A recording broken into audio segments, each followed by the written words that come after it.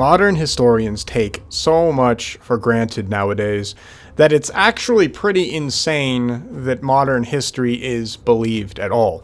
But of course, the reason why it is believed is because the things in history that are now taken for granted are essentially not thought about at all.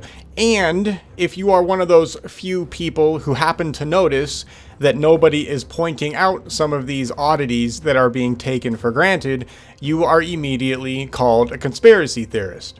So what has happened now over the decades and the centuries is that things that a normal average human being, generally sees as a problem with modern chronology and modern history, nowadays people who see that stuff have been trained to ignore their own valid observations when it comes to questioning and ultimately understanding what happened in the past. I mean, basically what has happened is that we have an insane power structure who is greedy beyond all measure, who has been able to obtain a level of control right now over the vast majority, if not all, of Western society, and they have been able to condition out common sense and critical thinking skills among the masses.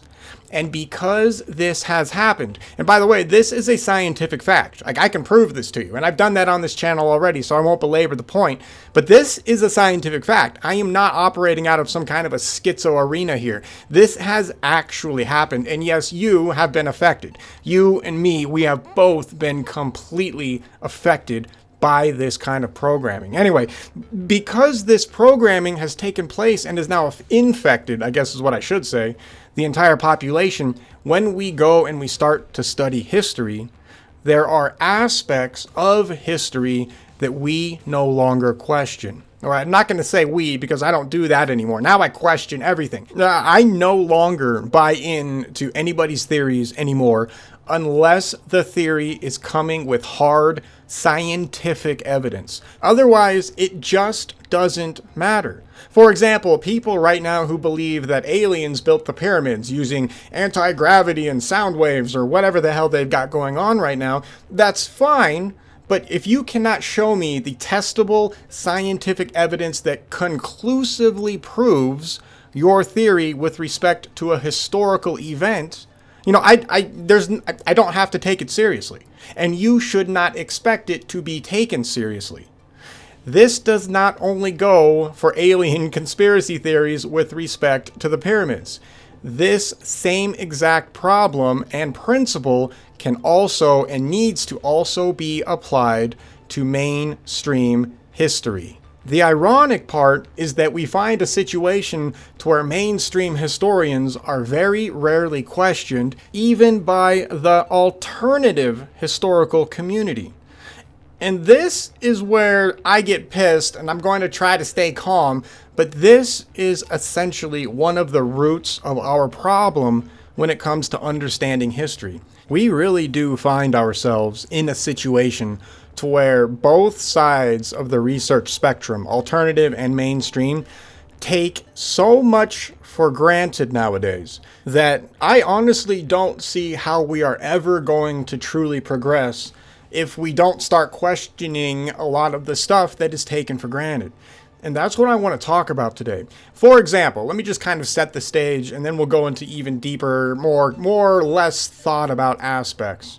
But for example, I kind of was poking fun at the pyramid people, and I'm not poking fun at you. I don't, I'm open to the concept. It's fine. I'm sorry. I'll get off your guys' nuts. But my point is that if you're going to have a theory, you've got to have real evidence. Okay, I'm not asking for much. I am just asking for you to provide me with some real evidence so that I have something tangible, so that you don't make me start killing people. Currently, most people on the alternative and the mainstream historical side make no effort to question modern day chronology.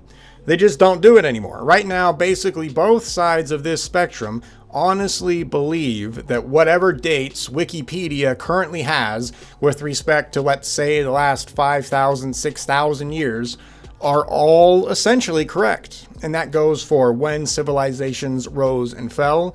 That goes for when kings and queens lived and died. That goes for all kinds of battles and wars and events, etc., etc. And this is for all over the planet, by the way. It's not just for one little area. Right now, both sides believe, generally speaking, that those dates are all generally accurate. Now, this is ridiculous because both sides of the researching coin should be well aware that we have zero real evidence to substantiate any of those dates. And that is a scientific fact. I guarantee you, I go to either side of the researchers, the alternative or the mainstream, and I say something that is unscientific just for fun. I guarantee you they'll jump on me, right? They'll say, no, you have to trust the science. We're scientific here. We use science, okay? And then if I start calling out all of their dating methods and pointing out all of the flaws in their quote unquote scientific dating methods, suddenly they shut up. And suddenly they either start walking away from me or suddenly they call me a conspiracy theorist while also walking away from me. Because the reality is we have no scientific evidence to substantiate the modern day chronology. So what has happened is that modern day chronology is now simply taken for granted by researchers all over this planet. And that means that even really good cutting edge researchers who are actually trying to stay objective in a lot of ways are also being misled because they are so trained with respect to modern day chronology being true and real and accurate that they don't even question it anymore.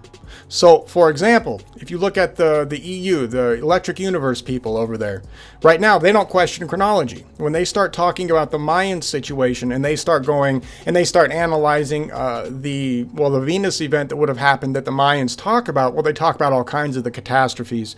But one of the things they talk about is the Venus event and how Venus was a comet and how Venus did all of this stuff. But the dates that are still used by the vast majority of that community, they're still based on modern day chronology. Modern day chronology has no substantiation. Why are they being used? And it's simple. The only reason those dates are being used is because we have been psychologically conditioned our entire lives to believe that all of that stuff is real. So we take it for granted. Or I should say, the communities take it for granted. Now, I'm not jumping on the EU people either. They've done fantastic work and continue to do fantastic work. But the reality is we have to be honest. And one of the things, or one of the huge trappings or failings, or whatever you want to call it, that is going on right now is that people are just ignoring real, simple, obvious problems with respect to real history. Chronology is one of those problems. Now, we cannot afford to get our dates incorrect. We cannot do that. It can't happen. If we're a historian, we're all historians here. You can't have wrong dates. Like, that's not how history works. We really do need to strive to try to figure out, when an event took place with respect to a real point in time. I shouldn't have to say that out loud, but what's going on is since everybody now takes for granted the modern chronology, nobody thinks they have to question any of this stuff. Nobody believes that there is any more real work to be done. And I'm here to tell you that right now, guess what? There's a ton of work to be done because right now we really do not have a good, solid grasp on basically all of human history.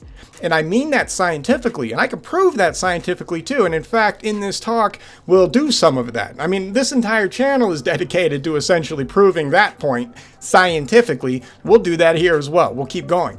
Okay. All right. I know. I'm just rambling. All right. Let's get to the point. Essentially, the historical community as a whole, and that includes everybody. I don't care if you are aliens, pyramids, or if you think that, Egyptians built the pyramids, whatever. It doesn't matter which side of the spectrum you are on. Essentially, everybody has stopped questioning many aspects of history. Now, this is a problem, obviously, or it should be obvious. But a lot of people don't want to think about it, which is why I want to talk about it now, because if we keep building our historical studies on top of other concepts which have never been substantiated, and certainly not substantiated at least to the way they really should be, if some of the kinds of claims that are being made are going to be made, then that means everything is wrong. And that also means that we are not getting any closer to understanding the truth, which means that I am not getting the truth and I want the truth. So what essentially is, I need you guys to also do this, because if you're not doing it, that means your research is going to be immediately misguided. And of course, there are people on this planet that absolutely want that to happen. Do not allow that to happen. Do not fall for what these people want, right? They don't care about you. They're not interested in helping you. Do not do... Okay. So, to highlight the problem in history, let's go ahead and choose just a particular period in time, and then let's just kind of pull out some aspects that modern day historians, both alternative and mainstream, take for granted and no longer question. They just hold it as essentially the holy, unchangeable truth, and they have gone on ahead and they now build all of their historical conclusions off of. For this discussion, let's just use the Middle Ages. Now, the Middle Ages is an interesting situation for several reasons, more than several reasons, obviously.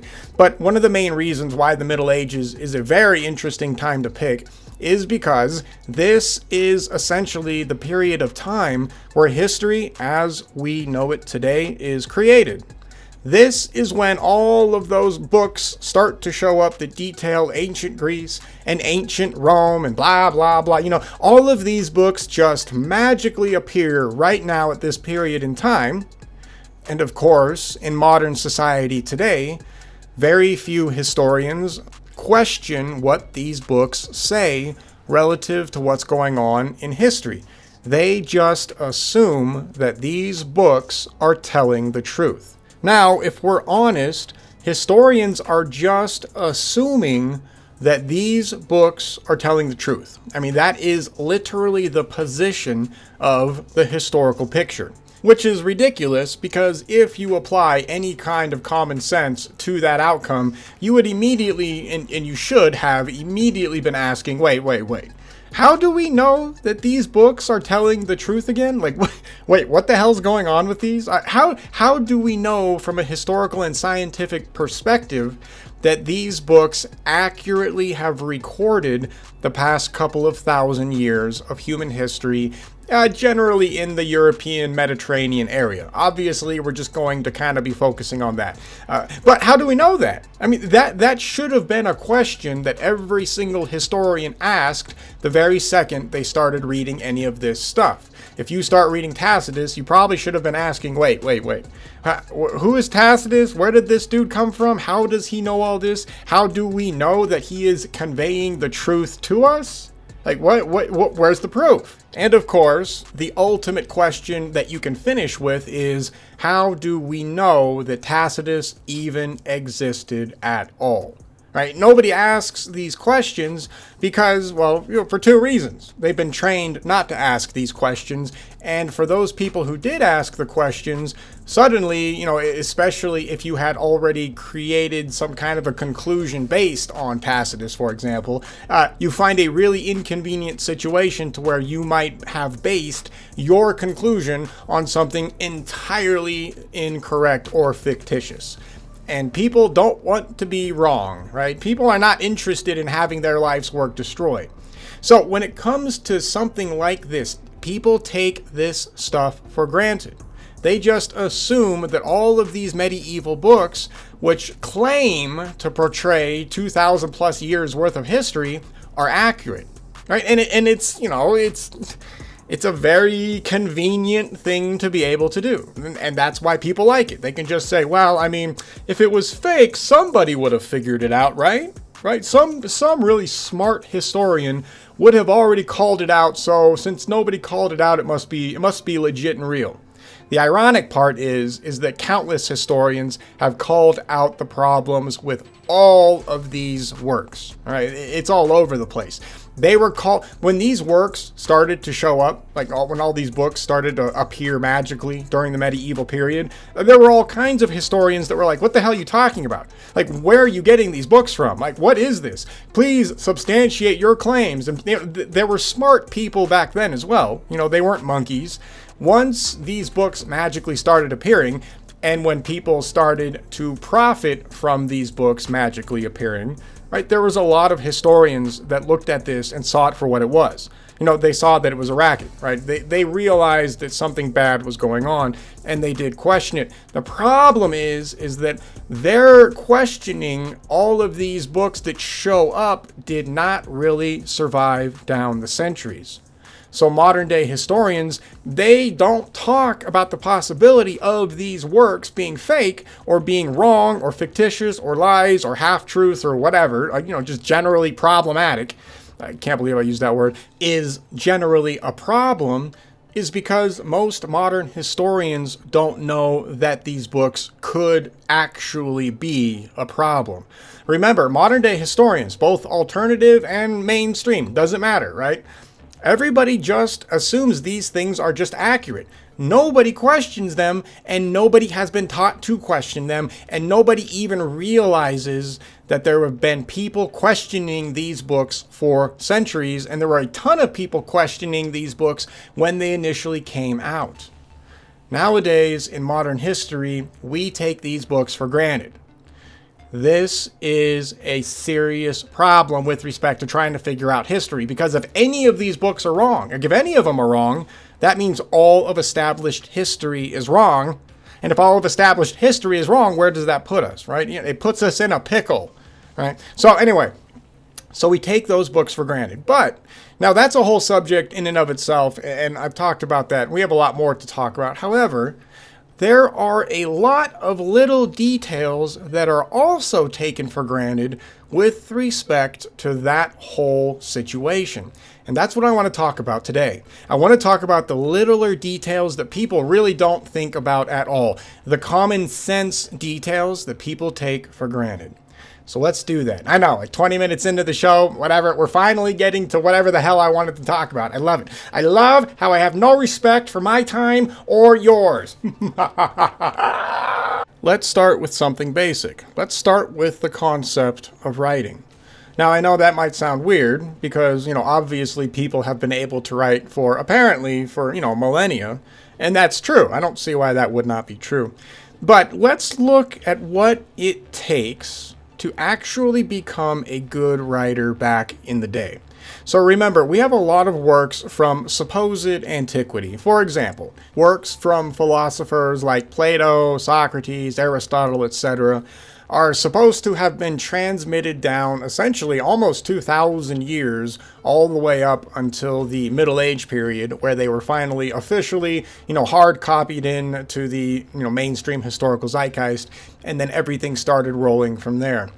That's 2,000 years of copying some pretty voluminous works, right? All of those guys I just listed, they didn't write a couple of pamphlets and then left. I mean, they wrote a lot of stuff. I mean, there is a lot of work from these guys, and I realize that a lot of the work is quotes from other works from those guys that were compiled later on. That's a whole other weird problem. My main point is that we can say, hey, look, if we look at Greek antiquity, it appears that people were writing up a storm. Okay, fine. Now, right there, most people don't bat an eye and don't think that there are any problems with that. And that's a problem in itself, because there are tons of problems with this claim. Now, the first obvious problem that really should have been a red flag for everybody is the fact that somehow miraculously, over a period of almost 2,000 years up until the Middle Ages, somehow all of those works from antiquity managed to survive until the Middle Ages. Most people do not realize what kind of miracle this is. Because that's exactly what it is. It is a literal miracle. Somehow, those works had to survive through 2,000 years of essential chaos, even by mainstream standards. Remember, we have all kinds of empires rising and falling during this period of time. We have all kinds of wars taking place, famine, disease, earthquake, etc. And this is all acknowledged by the mainstream. I'm not even going to go into the truth. I don't even need to do that. Even if you just accept the mainstream chronology and the events that happened, it is a literal miracle that any of this stuff survives at all. For some weird reason, people have no problem believing this. People have no issue thinking, oh yeah, these books, they could have been continuously copied down throughout the cultures and the different ages and all the different peoples and through the different wars and through the different catastrophes and through all of this. And of course it could have survived. Why not? People would not have had any problem keeping these traditions going. Okay. So what we have to believe then is that these books were copied down throughout the ages in their original form, even though they would have transgressed through multiple different kinds of cultures, multiple different kinds of empires, multiple different kinds of languages, but for some weird reason, they maintained the ancient Greek literature and they copied these books down perfectly. Yes, that's right. Nobody made a single correction. Nobody could have possibly injected any other information into the books. Nobody could have possibly edited them, etc., etc. Nope. The works that we have right now are 100% flawless and correct, and we can absolutely use them to build up a historical narrative. That is what the vast majority of researchers believe. That position is absolutely insane. Can you imagine 2,000 years of a handwritten book being copied and recopied and recopied and recopied and recopied and recopied over and over and over and over and over again over 2,000 years? Do you honestly believe that we would get anything remotely close to the original? I mean, come on now. I mean, not only would copying the books just be annoying anyways, just throughout the years, because you're assuming anybody would care to do it. Oh, but let's dive into that really quick, because that's a great point as well. Why even copy them? Like, who cares? Like, who cares who Plato is? I mean, imagine getting a Plato book like 500 years after Plato died, right? You're hanging out, you've got the book, and you're like, well, I should really copy that. Why? Why not just write your own book? Or there's no other philosophers who have transcended Plato? I mean, what was the value in copying Plato for somebody who was 500 years removed from Plato? Would they really care? I mean, okay, let's play devil's advocate. You could say, well, yeah, I mean, what if there would have been maybe a couple of scholars who would have cared? All right, fine, fair enough. Maybe for some weird reason, there were a few scholars that really were dedicated to copying these books, and that's what they did. This leads us to another problem that nobody wants to talk about, and that is the problem of writing itself. And I think that is what I was originally starting to talk about before I went off the rails, but now we'll get to it. Okay. So nobody wants to think about the aspect of how do you become a writer? And I know that might sound trivial because everybody right now probably just said, well, you just pick up a pencil or start typing on your computer and then you're a writer. You know, you just do it and you're done. And hopefully not a single one of you said the computer part, and I will not go further into that or the reasons why you should have not said that. But, you know, the reality is, what does it take to be a writer? Well, it takes practice, right? You know, when you were young, when you were 5, 6 years old, you were not sitting there composing Shakespeare, right? Even if you're not a good writer, my point is that you were not sitting there writing all of this perfect prose, right? You were not composing giant emails. You did not have the skill yet. You did not have the language skills, but ultimately you would not have had the physical writing capability. Why? Well, because to get that physical writing capability, you need practice. So it begs the question, how were all of these people able to practice writing during a time when there was essentially almost no such thing as a paper product? Remember, paper doesn't show up until the Middle Ages. Now, paper is not required necessarily to practice writing, but it certainly helps. Because right now, if I told you to go practice writing, like physical handwriting, now we're talking about actual, handwriting. I guess I should have clarified that.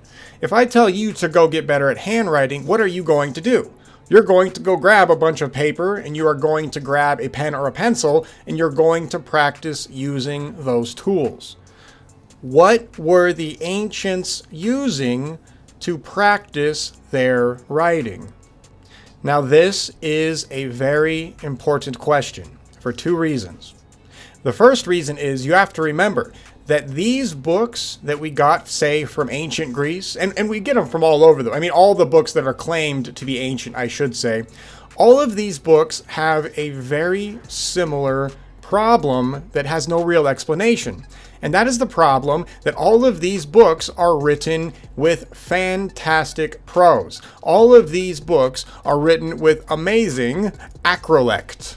Now, if you don't know what acrolect is, basically what acrolect is it's considered the most prestigious aspect of the dialogue or a variety of a particular language. So it's basically you writing at the highest level you can possibly write at when you are writing. Okay, so these guys, they were not writing, unga bunga. They were not kind of scribbling down stuff like, people do nowadays. Yeah, they weren't writing garbage text messages. These guys were writing, huge volumes of amazingly put together work. For you to get to a point to where you are capable of physically writing at that level, you've got to practice. And you've got to practice for decades. Right? You're not going to be 16 years old and busting out stuff like that. You're probably not going to be 26 or even in your 30s, probably. Right? You can start to get there. I get it. You can argue that. My point is that it's going to take several decades for a human being to generally get to a point to where they are writing at that high of a level. For you to get there, you've got to practice. So what the hell were these guys practicing on? They did not have paper. Now, the comeback to that, of what historians will say, is they'll say something like, well, I mean, they had parchment, bro. All they had to do was write down on parchment, and they would practice on parchment, and then they would make their books of parchment, and then that is how they would have transmitted the information. So yeah, it's not really a problem to practice. Wrong. Yeah, there's a serious problem. And the problem comes in the form of parchment. Here's the problem with parchment.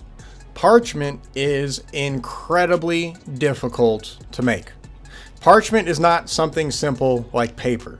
Unfortunately, the vast majority of historians have no clue how parchment is made. I mean, they really don't. I think most people on both sides, alternative and mainstream, I think most people honestly believe that parchment is an extraordinarily simple product to make. And yeah, it doesn't last forever, so that's why we don't have a lot of the originals, or any of the originals. Remember, we don't have any original writings from antiquity. We have 0 original writings from antiquity. I cannot say that enough. 0, zilch, nada. Anyway, you need something to write on, and what they would have had back in the day, according to mainstream historians, by the way, this is what they claim they had. They would have had parchment. Now, here's the problem with having parchment. If they need to practice, these guys are going to have to practice a lot to get to that master level. I don't think anybody can argue with me on that, right? Practice makes perfect. Whoever was doing these ancient antiquity writings, Plato, Aristotle, etc., it doesn't matter. Pick your antiquity author. These guys were writing at a high level. To get to that level, you've got to sit there and practice. What were they practicing on? Well, mainstream historians tell us that they would have been practicing on parchment. The problem is that parchment is a pain in the ass to make. You know what? Really quick, let's go over the process of making parchment so that everybody can have an idea of what it takes to make this material, because this is no joke. So Anatoly Fomenko put together a quick little list, so I'll just read his off. So the first thing you need to do is you need to skin a young calf no older than 6 weeks or a young lamb. All right, so you got to go skin that and get its hide. Then you have to macerate the skin in running water up to 6 days. Then you have to scrub the membrane off with a special scrubber. Once all the membrane has been taken care of, then you have to loosen the wool via souring the skin in a damp pit and subjecting it to ash and lime for 12 to 20 days. Already this is insane, but alright. Who the hell even thought of this, by the way? It's crazy. Right. Then, after you're done with the lime portion for 12 to 20 days, you have to scrape off the loosened wool. Then you have to ferment the clear skin in oat or wheat bran in order to remove the excessive lime. Once the excessive lime is removed, then you have to go and tan the skin with special extracts to make it soft after drying. And then the last step is eliminating the roughness by pumicing the chalked skin. So you have to go through all of those insane steps, which are skill intensive, time intensive, and to be honest, for the time period, it would have been resource intensive. So if you are going to practice writing in an efficient way, you are going to probably use parchment. We don't know what else they would have used. Mainstream historians certainly give us no other particular options. So they have to use parchment. So how much parchment do you really believe all of these magnificent writers really had access to back in antiquity? I mean, ask yourself the question. Be honest about it. Common sense would dictate that, parchment was probably fairly rare. I mean, parchment was probably not widespread. And that's the case. Even mainstream historians agree with that. Parchment was expensive. We know that parchment was a pain in the butt to get a hold of, and it was so valuable that apparently when anybody, if you could reuse written on parchment, you would. So, people would get parchment that already had all kinds of stuff on it, and they wanted to write their own thing on it, so they would go and they would scrape off all the ink or the lettering that the previous author had applied to it, and then they would put on their own writing. Right? That is the level of scarcity that parchment had. So where the hell were all of these people getting the materials to sit there and practice for decades to achieve the level of writing that they did? It's a legit question. Like, what are they practicing on? Mainstream history has no answer. Alternative history, real chronology actually does have an answer. And it's one that makes perfect scientific sense, and it's right in front of us, and we'll get to it. Anyway, but that's one of these topics that historians, they just take for granted. Oh yeah, ancient Greeks, they were writing, doing all this crazy physics and math and all this stuff, writing huge voluminous tomes about philosophy and blah, blah, blah. But if you use common sense and then you ask a historian, what the hell were they practicing on? I mean, where did they get the material from? What were they doing to get to that level? Suddenly the room is going to go silent. Or the smart-ass historian is just going to say, well, it was parchment. And then, of course, if we bring up the problem of creating parchment and how rare it was and how valuable it was, things get weird. Now, I suppose what you could try to say is you could try to say something like, well, these guys would sit there and they'd write down a bunch of stuff on parchment and then they would scrape it all off and try again, right? They would just keep doing that. And I guess, if you really want to go that route, you could be a little bastard and you could say that. But, is that realistic? No. And do we have any evidence that that is what they did? No, we have no evidence of that at all. In fact, we have no written evidence of how these people would have been doing any of that anyways. And then, of course, if we demand scientific evidence to prove the mainstream's claim, they'll fall flat too, because there is no scientific evidence which would corroborate and make sense of the problem of how did all of these authors practice their craft. So this is a very basic, simple problem, but it's one that immediately calls into question all of antiquity's written sources. Like right there. Like you have no choice. As a scientist and a historian, if you're going to be honest, you have no choice but to now look at that and be like, all right, wait a second. Something is not adding up. Something is wrong here. All right. So we already have a few issues, basic issues. And these are basic issues. I'm trying to focus on issues that nobody really thinks about. So we have an issue with how did people become writers? How did they practice? And then we have the next problem of how were their books then transmitted down the millennia, the 2 millennia almost, to make it then eventually to our time now. How the hell did that happen? Because not only do you have to have writers in antiquity having access to being able to practice on something and then being able to compose their works on something, but you also have to have people that follow them down the centuries having access to the same stuff so that they can copy it and carry it on down the line. Where did the next generations come and get their stuff?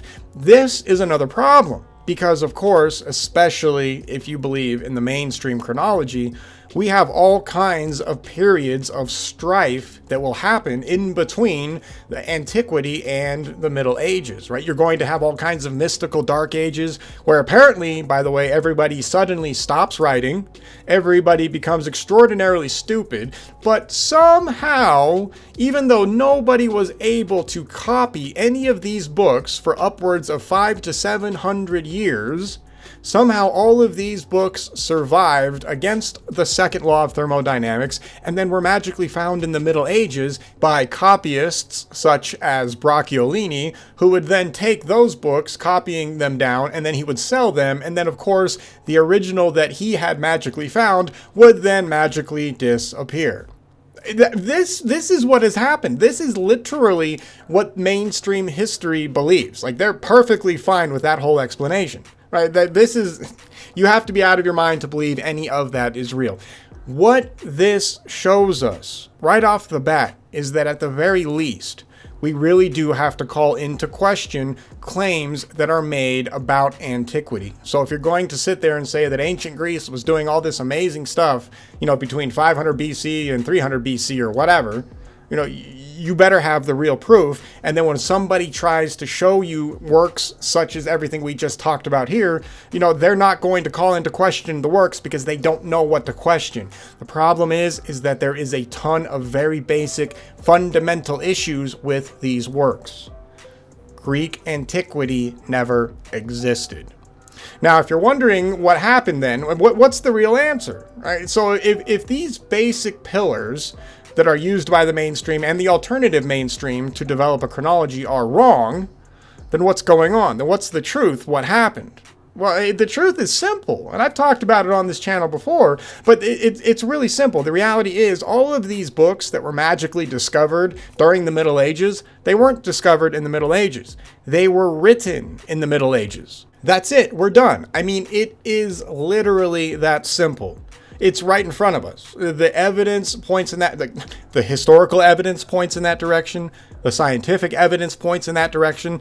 I don't know what to tell people when they tell me that ancient Greek is a real time in history, and then I ask them to show me the proof, and the only thing they can do is they can show me either works that were discovered magically in the Middle Ages or some ruins which have also been proven to have been built in the Middle Ages, or just a little before.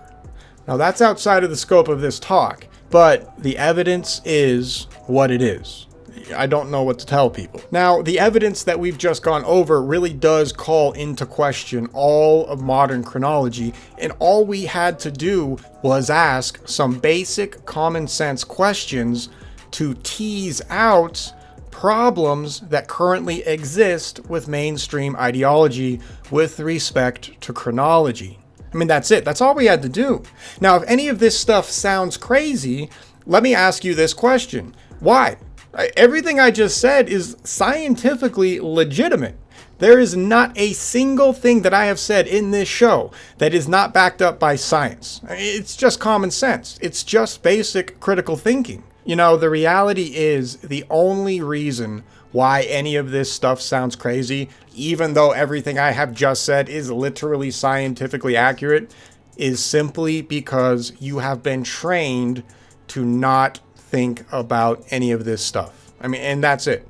That's the only reason. You're not a stupid person. None of you are dumb. All of you are actually fairly intelligent, if not absolutely brilliant, which is why I want to pull you guys out of this stuff, because I need smarter people than me, because I got all kinds of problems. I need smart people like you guys to actually go and figure stuff out.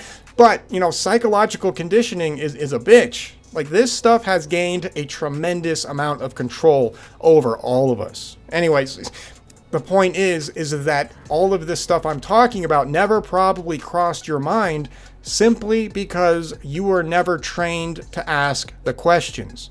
We are all trained, if we're classically trained. We are all classically trained to simply believe the current power structure and what it tells us. Because we have also been trained to believe that the power structure, let's just say the historical academic power structure, is operating on a scientific and truthful level. Right? The academia, makes it sound like, oh yeah, we only let the right ideas float to the top. We're based on science and blah, blah, blah, and all that crap. No, they're not. They're not even close. They only support what they want to support. They only want to support whatever message they currently want to support. If anything goes against the message, you're not going to hear about it. And that's the reason why these basic items that we just talked about are taken for granted. And that's it. That's really it. Yeah, I know it's schizo stuff, but the problem is this schizo stuff, it's happening. And it's scientifically accurate. It's here whether we like it or not. Okay, I won't get into any of that. I've gone far enough. So my main point here is that when we are building up our studies and our theses and our research, thesi, I don't know, how the hell, whatever. When we're building up our theories and we're trying to make a clear picture of what happened in the past, and hopefully we're trying to make the true picture, we have to watch out for foundational stuff that we take for granted. So, for example, if you take mainstream chronology as the solid truth, you're already on the wrong track. And that's a scientific fact. There's no way around it. There's nothing to say about it. If the mainstream chronology holds any kind of a foundation with respect to your research, your stuff is going to be wrong, and it's not going to make sense. And that's exactly what we find, don't we? That's one of the main problems with respect to historical research in both the mainstream and on the alternative side.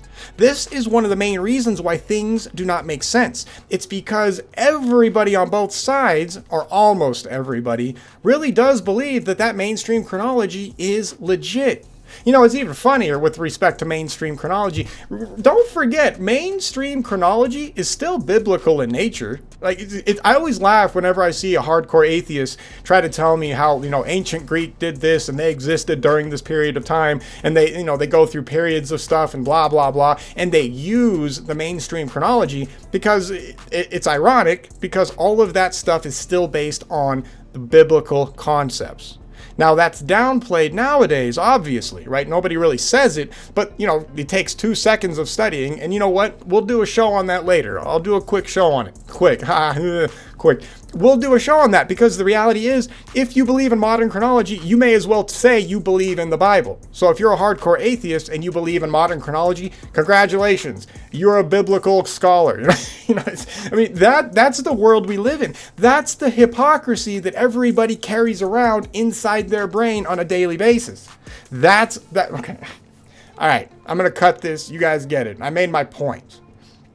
When we look at chronology and basic history, don't forget that there are little details that are essentially never thought about. And there's going to be way more. Well, maybe we'll talk about more later on as the years progress before this channel gets shut down because it's stupid and sucks. But the reality is there's going to be other small aspects that if you just ask common sense questions about a certain topic, you'll see these things pop out.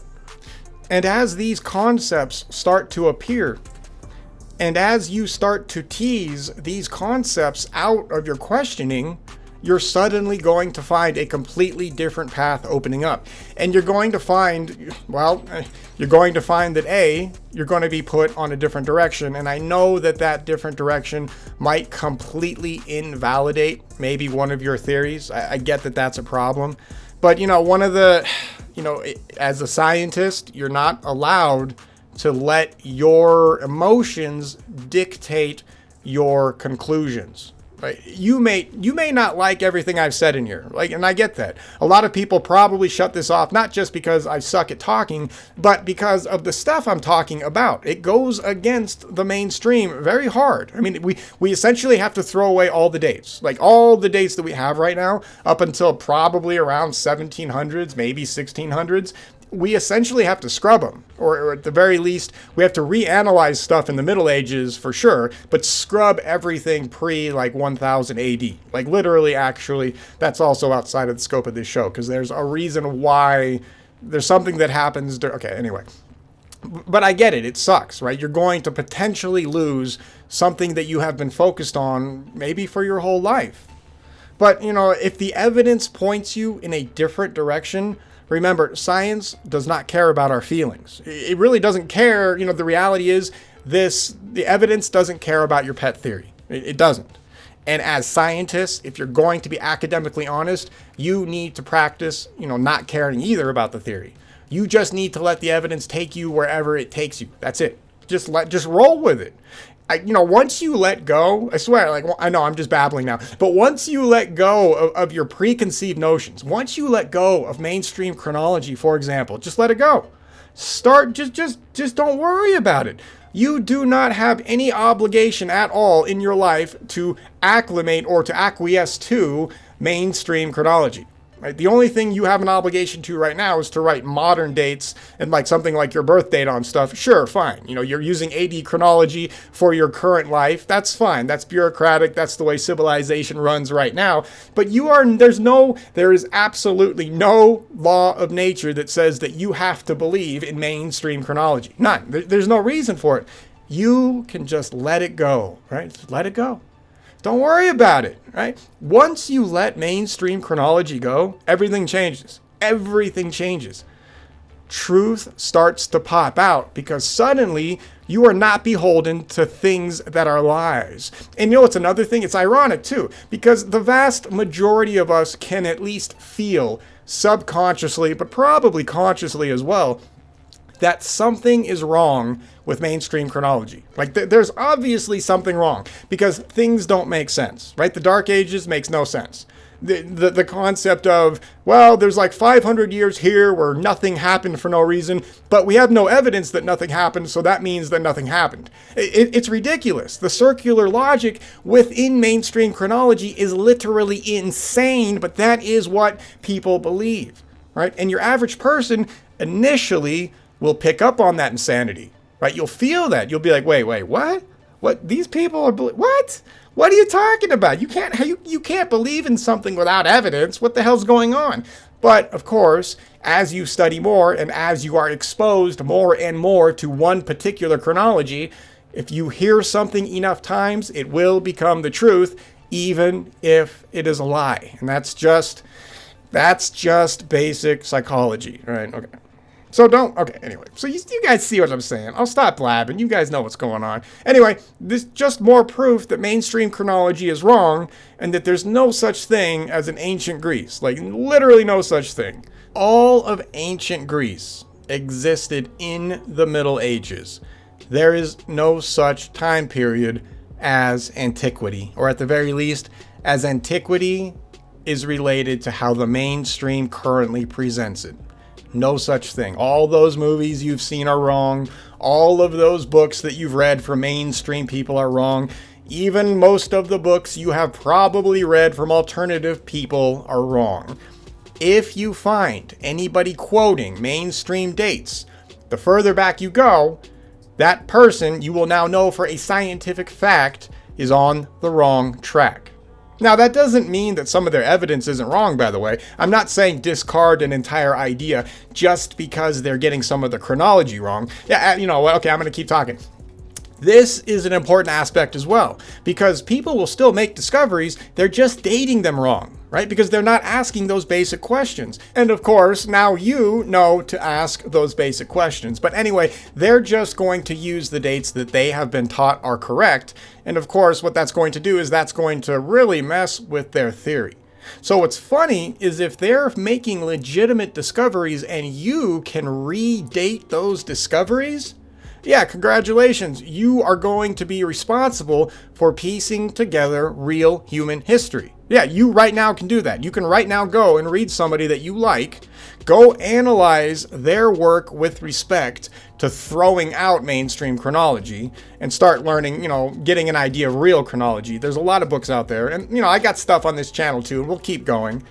But if you throw away that chronology and you start thinking critically, and you don't worry about crap like Dark Ages and whatever the hell else they got going on, suddenly events that took place in, say, the BC era are not taking place in the BC era. Now those events are taking place in the AD era, and they're taking place rather close to us nowadays chronologically. When that starts to become apparent, what that shows you is history is not as long as we have been led to believe. And one of the reasons why recorded history. And one of the reasons why recorded history is not that long right now is because our planet has been hit by multiple planet-wide catastrophes which have quite literally resurfaced this planet.